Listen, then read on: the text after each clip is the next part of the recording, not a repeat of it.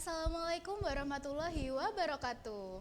Waalaikumsalam warahmatullahi wabarakatuh. Selamat pagi anak-anak. Pagi Bu. Wah, udah semangat banget ya buat memulai pembelajaran di pagi hari ini. Nah, sebelum kita mulai pembelajaran, alangkah baiknya kita berdoa terlebih dahulu supaya diberikan kelancaran dalam menuntut ilmu. Berdoa mulai. Berdoa selesai. Oke, sekarang Ibu mau absen terlebih dahulu ya. Hari ini ada yang tidak hadir? Wah, memang rajin semua ini anak-anak Ibu. Oke, sebelum kita mulai pembelajaran, silakan ya untuk disiapkan dulu alat tulisnya, bukunya, pulpennya, silahkan untuk dikeluarkan.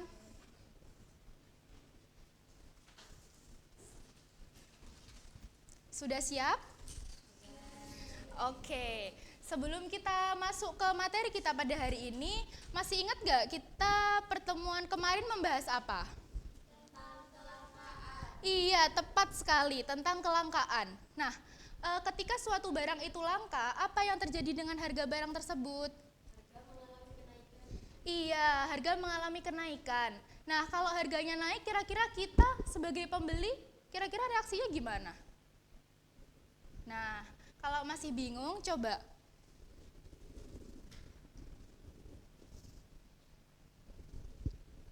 Perhatikan gambar berikut ini. Kamu memiliki sejumlah uang dan ingin membeli 10 pieces gula. Tetapi harga gula di pasaran itu mengalami kenaikan harga. Nah, pertanyaannya, apakah kamu tetap akan membeli 10 pieces gula atau membeli 6 pieces gula? Ada yang mau berpendapat? Iya, silahkan.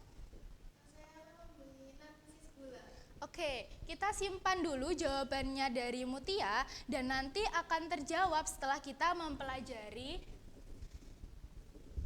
permintaan. Nah, kalau kalian bertanya, Bu, kenapa sih kok kita harus mempelajari permintaan? Buat apa?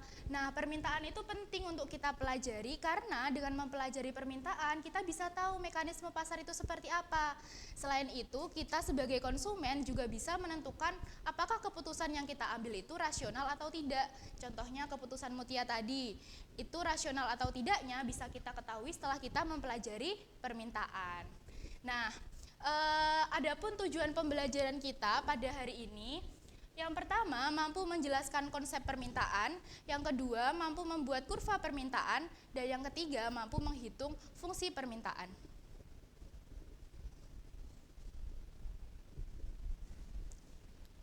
Baik, itu tadi tujuan pembelajaran kita hari ini. Nah, masih ingat gak kemarin Ibu sudah mengirimkan kalian sebuah video pembelajaran dan Ibu minta kalian untuk mengamati video tersebut. Masih ingat videonya tentang apa? Kenaikan harga plastik Ibu. Benar sekali, kenaikan harga plastik. Nah, ingat gak pada saat kalian mengamati fenomena tersebut, ketika harga plastik itu naik, kalian sebagai konsumen itu akan tetap membeli plastik atau tidak? Iya. Nah, pada saat kalian membeli plastik tuh, pada saat harganya naik, apakah konsumen itu tetap membeli plastik di jumlah yang lebih banyak atau masih tetap? Tetap, iya. Nah, oh iya, tidak mengalami kenaikan jumlah plastik yang dibeli.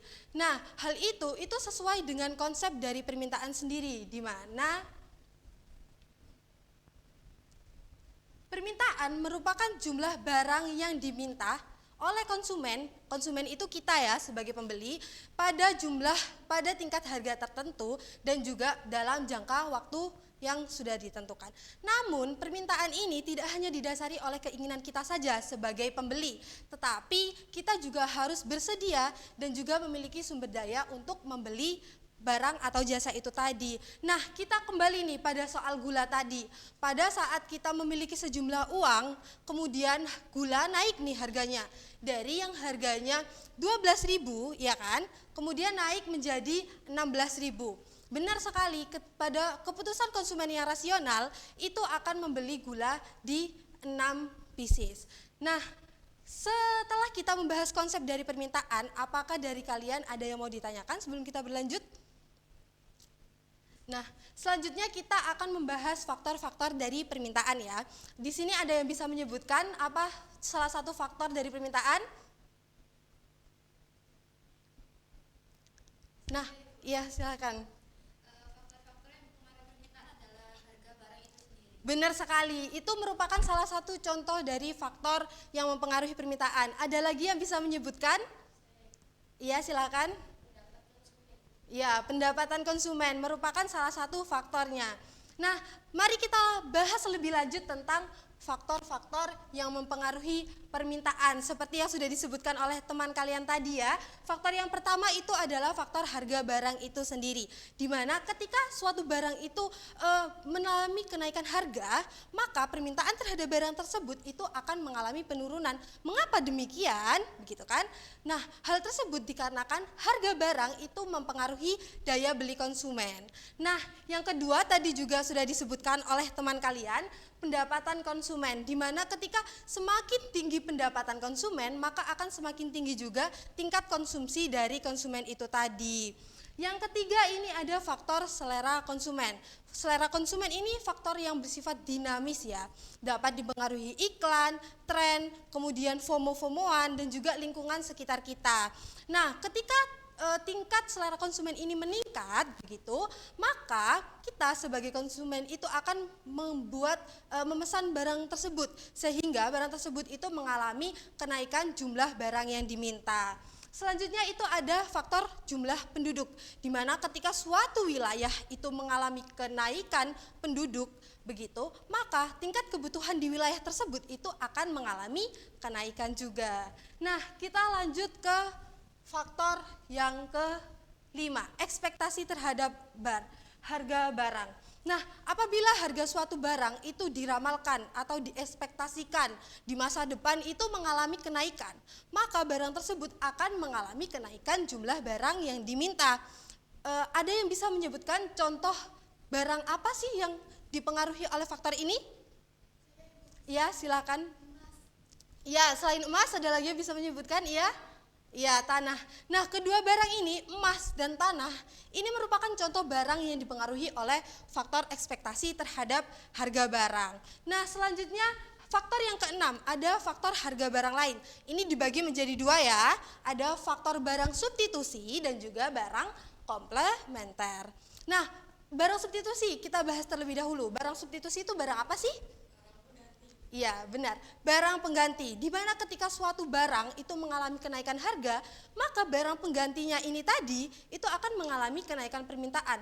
Bagaimana sih maksudnya? Nah, ini kita sudah disajikan ada tempe dan juga tahu ya.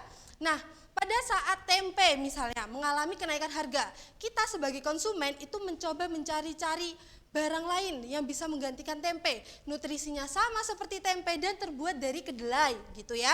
Nah, pada saat itu konsumen itu menemukan apa? Tahu. Nah, sehingga pada saat tempe mengalami kenaikan harga, tahu ini mengalami kenaikan permintaan akibat kenaikan harga tempe tadi. Begitu, sudah paham?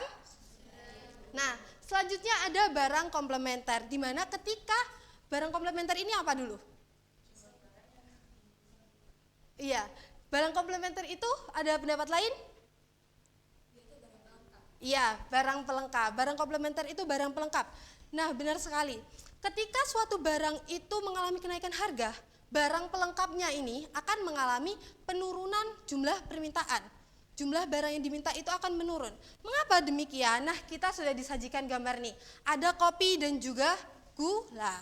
Nah, pada saat kopi itu mengalami kenaikan harga begitu, maka jumlah permintaan gula itu akan menurun. Karena apa? Kita semakin jarang mengkonsumsi kopi karena kopi yang naik harganya tadi, sehingga kita juga akan semakin jarang mengkonsumsi gula juga.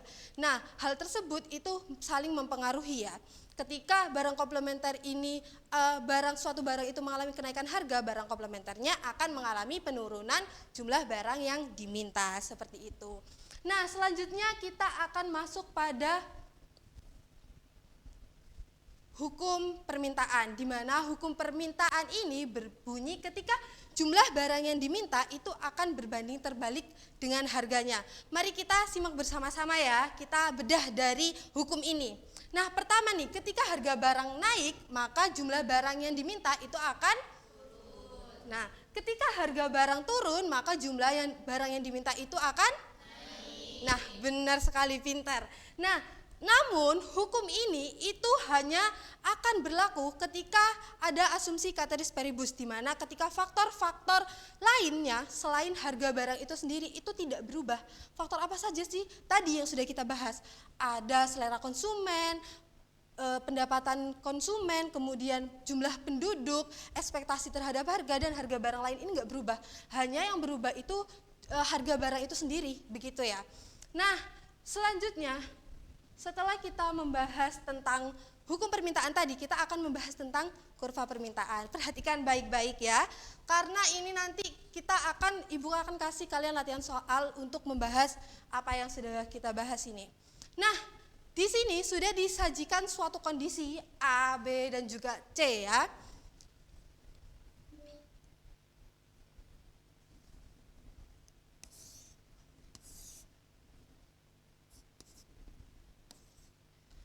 Kita buat terlebih dahulu garis horizontal dan juga vertikal, di mana garis X menunjukkan mewakili Q. Q itu maksudnya apa? Jumlah barang yang jumlah barang yang diminta. Kemudian kalau P mewakili apa? Ya, benar sekali, mewakili harga. Nah, kita tulis terlebih dahulu harga yang sudah tertera di sini ya.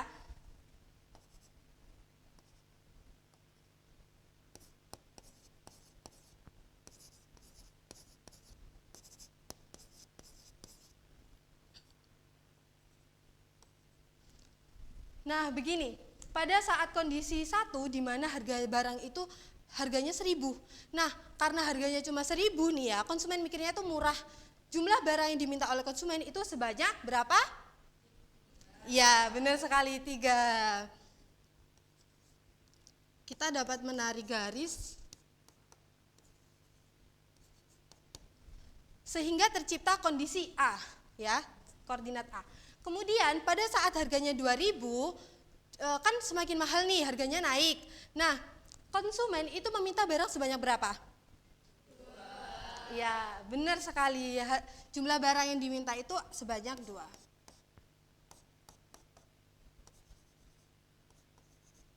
Sehingga tercipta kondisi B. Kemudian pada saat harganya naik lagi nih, jadi 3.000.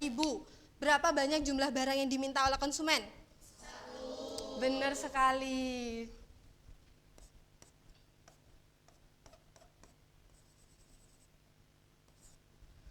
Dari ketiga kondisi ini kita dapat menarik kurva permintaan. Kurva permintaan berslop apa? Ya, benar sekali. Kurva permintaan berslop negatif. Dari kiri atas ke kanan bawah. Seperti ini gambarnya.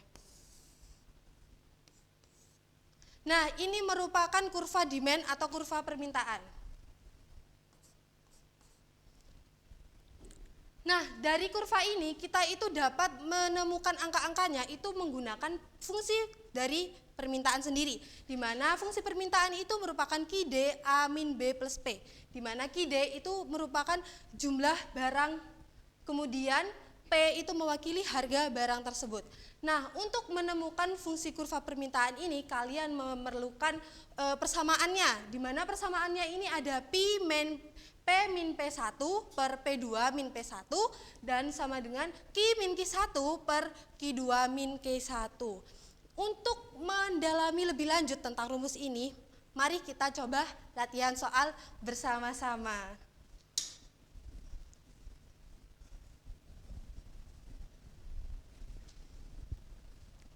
Oke, baik anak-anak, gimana nih setelah memahami dan mempelajari kurva permintaan ini, kira-kira kalian udah paham belum cara untuk menghitung kurva permintaannya? Sudah? Nah, agar kalian bisa semakin paham lagi, sekarang kita akan mencoba untuk latihan soal ya.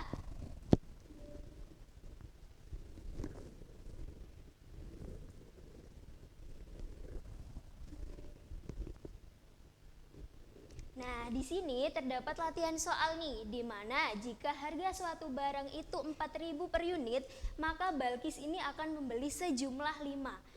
Namun, jika harga barang ini turun menjadi 2.000 per unit, maka Balkis ini akan membeli barang sejumlah 10 unit. Nah, di sini kita akan menentukan fungsi permintaannya. Kita kerjain sama-sama ya. Oke, sekarang kita ketahui terlebih dahulu.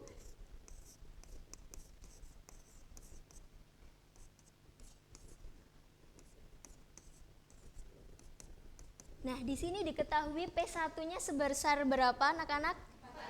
4.000, benar sekali.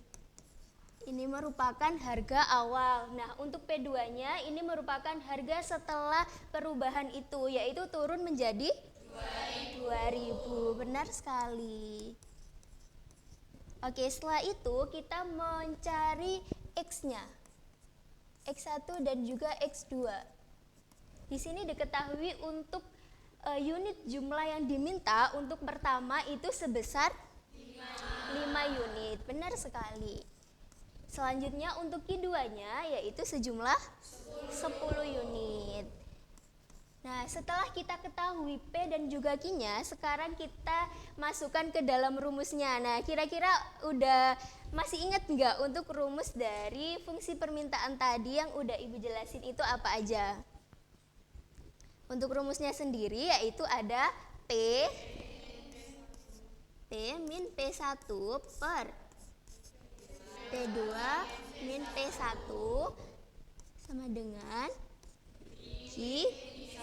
Benar sekali, Q min 1 per Q2 min Q1. Pintar sekali nih anak-anak Ibu. Nah, setelah kita ketahui nih untuk rumusnya sendiri ya, kita masukkan angka atau hal yang kita ketahui ini ke dalam rumusnya. Nah, untuk P-nya ini tetap, untuk P1-nya kita ketahui ada 4.000. Nah, kita masukkan di sini 4.000 per, untuk P2-nya ada 2.000 ya. Kita masukkan min 4.000. Untuk Q-nya tetap ya. Selanjutnya untuk Q1 kita ketahui ada 5. Untuk Q2-nya 10. Benar sekali. Nah, sekarang kita jumlahkan dulu ya. Untuk P min 4.000 ini tetap. Nah, di sini 2.000 dikurangi dengan 4.000, jumlahnya berapa? Benar sekali, min 2.000. Nah, sekarang ruas kanannya nih, Q min 5-nya ini tetap ya. 10 dikurang 5 ada 5. Nah, sekarang kalau sudah seperti ini, kita kalikan silang untuk kedua ruas ini. Yang pertama yaitu P min 4.000 dikali dengan 5. Yang pertama adalah P dikali 5, hasilnya 5P. Benar sekali. 5P, kemudian min 4.000 dikali dengan 5, hasilnya min 20.000. Nah, sekarang yaitu untuk ruas yang sebelahnya nih, ada min 2.000 dikali dengan Q, hasilnya yaitu min 2.000 Q. Betul sekali, min 2.000 Q. Yang selanjutnya yaitu min 2.000 Q dikali dengan min 5, hasilnya plus 10.000. Benar sekali. Nah, jadi hasilnya itu ada 5P min 20.000 sama dengan min 2.000 Q plus 10.000. Nah, di sini kita pindah ruaskan nih. Untuk yang min 20.000 ini ke ruas sebelah kanannya. Di sini terdapat 5P sama dengan, ini kita tulis terlebih dahulu ya di bawahnya, ada min 2.000 Q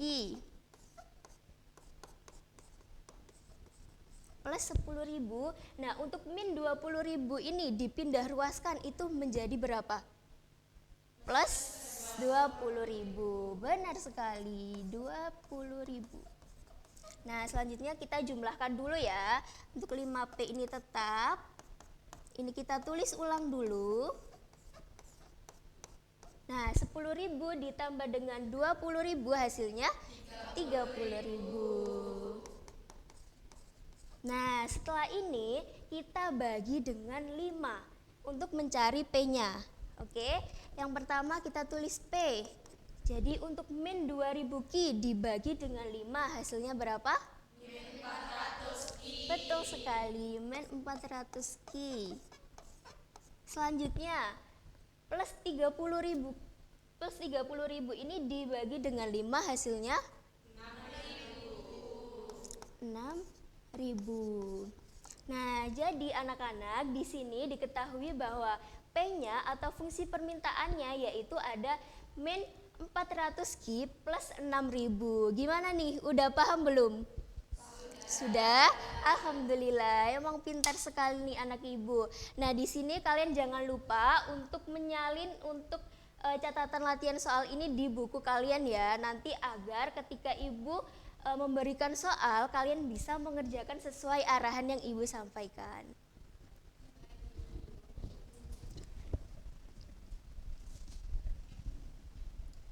Oke, baik anak-anak. Ini tadi untuk latihan soalnya sudah dicatat semua? Sudah ya. Kalau begitu, setelah ini ibu akan berikan kalian latihan, yakni berupa LKPD untuk dikerjakan bersama-sama dengan kelompok. Nah, sebelum itu ibu bagi kelompoknya ya. Di sini ada 10 orang. Kalau begitu kelompoknya kita bagi 3 saja. Ini kelompok 1 3 orang, kemudian kelompok 2 4 orang, dan kelompok 3 yang di belakang 3 orang. Oke. Tapi kok sepertinya kalian masih lemes gini ya. Kita ice breaking dulu ya kalau gitu biar makin semangat. Oke, jadi ice breakingnya kalau misalnya ibu bilang botak, kalian pegang kepala. Oke, coba dong dipraktekin. Oke, botak. Kalau ibu bilang batuk, pegang mulut. Kalau ibu bilang batik, pegang baju. Oke, kita coba ya. Konsentrasi. Botak, botak, botak, batik, botak, batik, batuk, botak. Ayo, yang belakang ada yang salah. Oke, kita coba sekali lagi ya. Yang konsentrasi. Batik, batuk, batik, botak, batik. Oke, udah benar semua, tepuk tangan dulu buat kita. Oke, jadi di sini ibu akan ngebagiin LKPD-nya dulu ya. 3 kelompok, ini untuk kelompok 1, kelompok 2, kelompok 3. Oke. Jadi di sini ibu sedikit jelaskan ya. Nah, silakan nanti bersama anggota kelompoknya didiskusikan dan jangan lupa dituliskan nama-nama anggotanya di sini beserta nomor absennya, kemudian ditulis kelasnya. Nah, dalam studi kasus ini, dalam LKPD ini ibu sajikan studi kasus terkait naiknya harga cabai setelah lebaran. Jadi silakan per kelompok itu didiskusikan dan juga dijawab pertanyaan-pertanyaan yang ada di LKPD ini. Oke, bisa dipahami anak-anak? Oke, nanti waktunya selama 5 menit. Setelah berdiskusi dengan kelompoknya masing-masing, silakan dipresentasikan ke depan. Oke, bisa dipahami? Bisa. Oke, baik, silakan dikerjakan. Silakan didiskusikan ya dengan teman satu kelompoknya.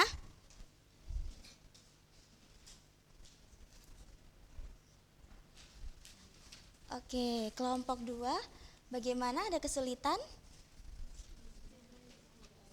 Oke, aman ya? Oke, jadi nanti jangan lupa jawabannya langsung dituliskan di belakangnya ya. Untuk kelompok 1, bagaimana, aman? Aman, Ibu. Oke, siap. Nanti kalau ada kesulitan bisa ditanyakan ya. Baik, Ibu. Oke, untuk kelompok 3 aman? Aman, Ibu. Oke, ada kesulitan? Tidak, Ibu. Oke, nanti bisa ditanyakan ya kalau ada kesulitan. Baik, Ibu.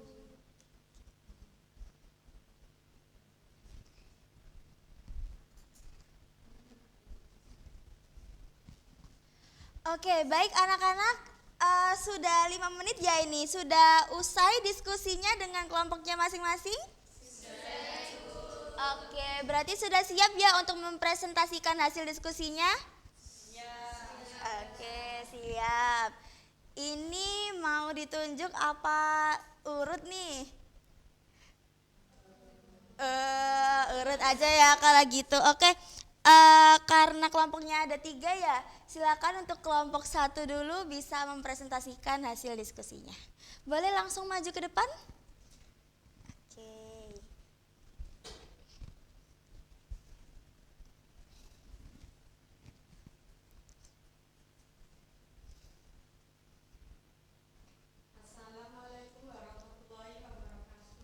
Waalaikumsalam warahmatullahi wabarakatuh. Kami dari kelompok 1 akan memberikan hasil diskusi dari kelompok kami. Sebelumnya pada soal nomor 1, jelaskan mengapa harga cabai bisa menjadi mahal. Karena harga cabai menjadi mahal karena pasokan ke pasar berkurang setelah lebaran, distribusi terhambat, banyaknya pedagang masih libur, sedangkan kebutuhan masyarakat meningkat. Lanjut yang kedua, deskripsikan apa yang terjadi pada permintaan cabai ketika harganya naik. Apakah orang tetap membeli atau mulai mengurangi pembelian? Jelaskan alasanmu. Saat harga naik, sebagian orang tetap membeli cabai karena cabai termasuk kebutuhan penting dan memaksa. Tetapi sebagian lainnya mulai mengurangi pembelian atau membeli lebih sedikit agar pengeluaran tidak terlalu besar. Untuk soal nomor 3, apakah kejadian ini sesuai dengan hukum permintaan? Jelaskan dengan satu kalimat. Iya, sesuai dengan hukum permintaan, yaitu ketika harga naik, maka jumlah barang yang diminta cenderung menurun. Dan yang terakhir, tuliskan 2 solusi yang bisa dilakukan untuk mengatasi kenaikan harga cabai.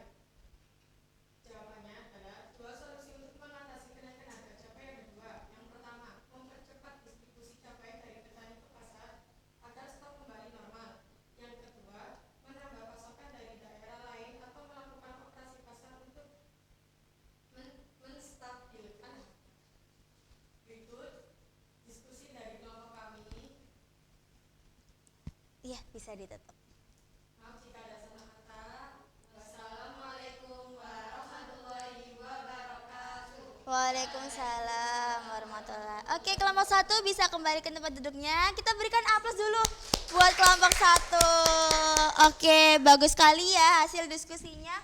Dari hasil diskusi yang tadi disampaikan oleh kelompok 1, apakah ada tambahan dari anak-anak yang lainnya? Oh iya, Cika? Untuk jawaban yang nomor 4 itu kami kurang sependapat jika hanya mengandalkan operasi pasar karena solusi tersebut bersifat sementara. Iya. Menurut kami yang lebih penting adalah meningkatkan produksi cabai agar pasokan tetap stabil. Oke, bener banget pendapat dari Cika ya. Jadi kita lihat dulu di studi kasusnya. Ini menjelaskan bahwasanya harga cabai itu melonjak setelah lebaran. Sehingga pasokan cabai yang ada di pasar itu tidak bisa mencukupi kebutuhan yang ada di masyarakat. Akibatnya harganya naik. Sesuai dengan hukum permintaan, apabila harga naik, maka barang yang diminta akan turun. Benar sekali ya, seperti yang jawaban di nomor 3. Kemudian 2 solusi yang bisa dilakukan untuk mengatasi kenaikan harga. Tadi sudah benar ya dari kelompok 1, bisa mempercepat proses distribusi. Karena di sini kan cabai itu masih langka yang ada di pasaran. Jadi proses distribusi yang dilakukan untuk penjual cabai di pasar haruslah lebih cepat. Atau juga bisa ditambahkan dengan menambahkan pasokan cabai yang ada di pasar agar kebutuhan cabai yang ada di pasar itu bisa mencukupi kebutuhan masyarakat. Begitu ya anak-anak, bisa dipahami semua ya? Bisa. Oke, nanti jangan lupa sebelum pulang LKPD-nya dikumpulkan beserta jawabannya satu kelompok dan nanti akan Ibu koreksi.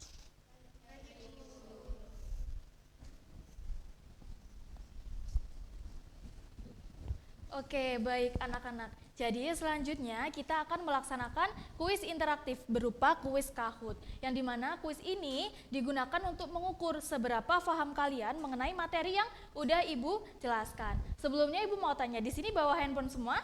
Bawa, Ibu. Oke, kalau bawa handphone semua bisa dikeluarkan HP-nya, lalu masuk ke akses link yang udah Ibu berikan. Sembari menunggu kalian, Ibu akan menyiapkan pin kuisnya.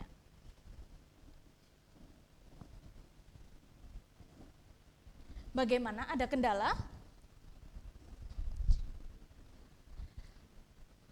Untuk namanya bisa diisikan sesuai nama panggilan saja. Lalu diinputkan 7 pin yang udah Ibu berikan di papan tulis. Ya, 7 ya.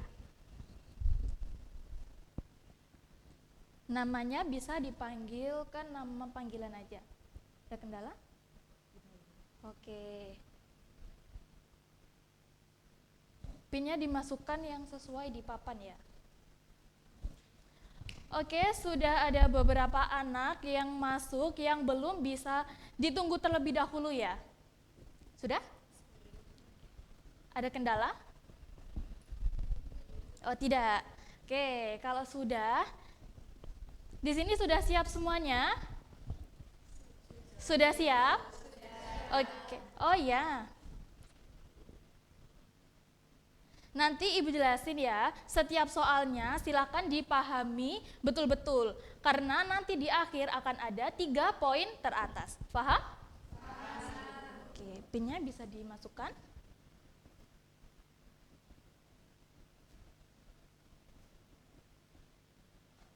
Nama panggilan.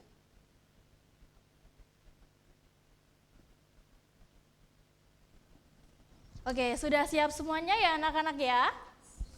Oh, kalau siap, Ibu akan mulai. Jangan lupa dicermati setiap soalnya.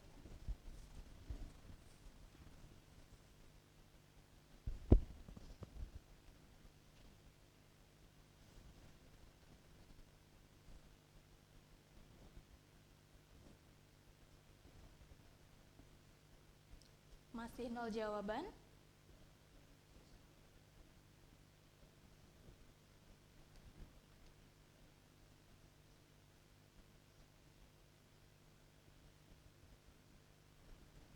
Oke, soal berikutnya, yang lain jangan sampai kalah ya.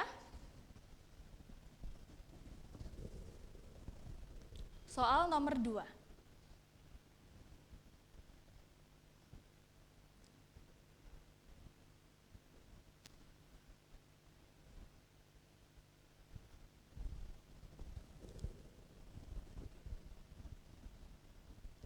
Masih Cika di urutan yang pertama.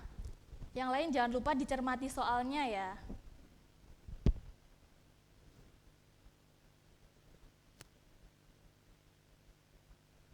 Oke, benar sekali. Pintar-pintar ya anak-anak ya. Soal nomor 4.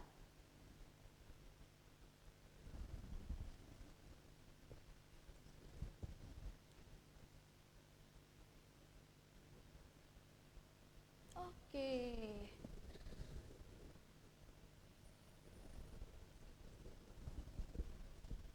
Soal selanjutnya.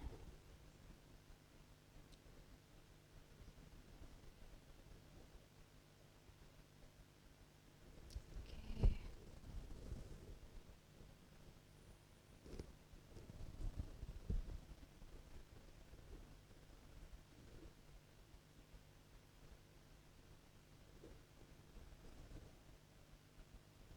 Oke.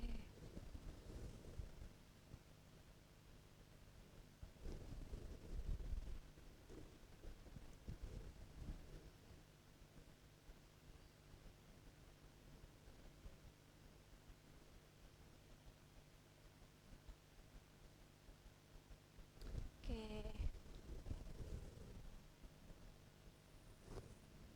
Ica tetap di posisi yang pertama, yang lain jangan sampai kalah ya.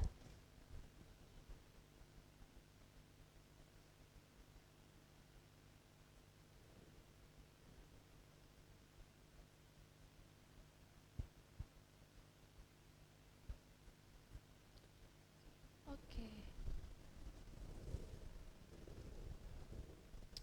Oke, kita akan lihat 3 skor teratas. Yang nomor 3 ada Safina. Boleh angkat tangan Safina yang mana? Oke, silakan tepuk tangan. Yang kedua ada Nisa. Nisa mana Nisa angkat tangan? Oke, pintar sekali. Yang pertama ada Ica. Tepuk tangan buat semuanya. Oke, anak-anak. karena kuis kita sudah selesai, untuk 3 teratas Ibu akan berikan permen buat kalian. Siapa tadi 3 teratas? Ada ini. Iya. Oke, aplaus buat semuanya.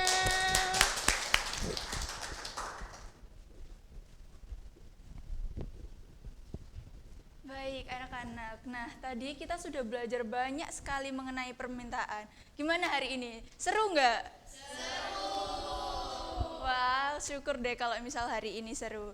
Nah, di sini tadi kita kan baru saja sudah melaksanakan kuis nih. Ibu juga sudah lihat tadi skor-skor kalian sudah bagus, berarti kalian sudah paham ya materi permintaan ini? Sudah, Ibu. Nah, baik, sebelum Ibu mengakhiri pembelajaran kita hari ini, Ibu akan mengulas sedikit materi yang sudah kita pelajari tadi. Nah, di sini tadi kita belajar mengenai permintaan. Seperti yang kita tahu, permintaan adalah jumlah barang dan jasa yang diminta atau yang mampu dibeli oleh konsumen pada tingkat harga dan waktu tertentu. Nah, tadi kita juga sudah belajar bahwasanya permintaan ini dipengaruhi oleh beberapa faktor. Yang pertama, ada harga barang itu sendiri. Yang kedua, ada selera konsumen. Yang ketiga, ada pendapatan dan juga ada harga barang yang lain yang mampu mempengaruhinya. Nah, tadi kita juga sudah belajar kan, ketika harga barang itu naik, maka permintaan terhadap barang itu akan betul. Nah, begitupun juga sebaliknya, ketika harga itu naik, maka permintaan terhadap barang itu juga akan turun, maupun ketika harga itu mengalami penurunan, maka permintaan terhadap barang juga akan mengalami kenaikan. Nah, betul sekali. Nah, di sini Ibu akan membagikan kepada kalian stiker. Nah, di stiker ini itu ada ekspresinya. Kalian memilih satu saja berdasarkan kondisi kalian selama mengikuti pembelajaran. Nah, nanti kalau sudah kalian bisa tempelkan di papan refleksi yang sudah Ibu sediakan. Bisa ditempelkan ya di sini.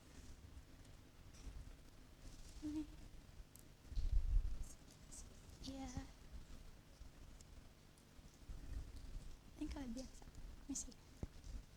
Nah, sembari kalian menempel, tadi kita juga sudah belajar mengenai siapa saja sih yang bisa menentukan harga jual. Tadi di pasar kita sudah tahu ya, kalau yang bisa menentukan harga jual itu bukan hanya penjual, tapi ada juga pembeli. Nah, betul sekali. Nah, kalian bisa menempelkan stikernya terlebih dahulu ya.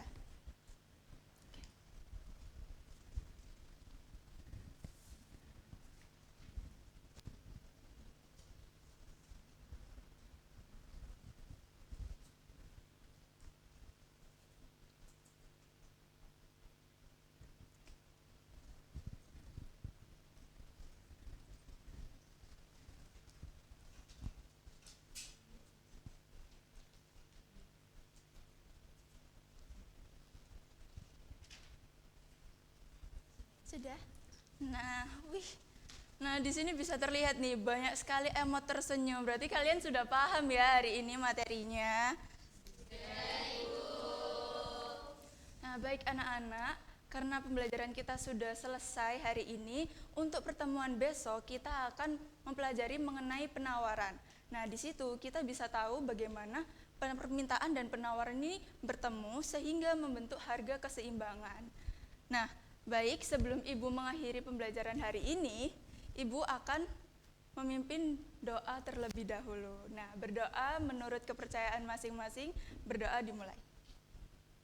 Berdoa selesai, Ibu ucapkan terima kasih karena kalian sudah excited sekali mengikuti pembelajaran hari ini. Wassalamualaikum warahmatullahi wabarakatuh.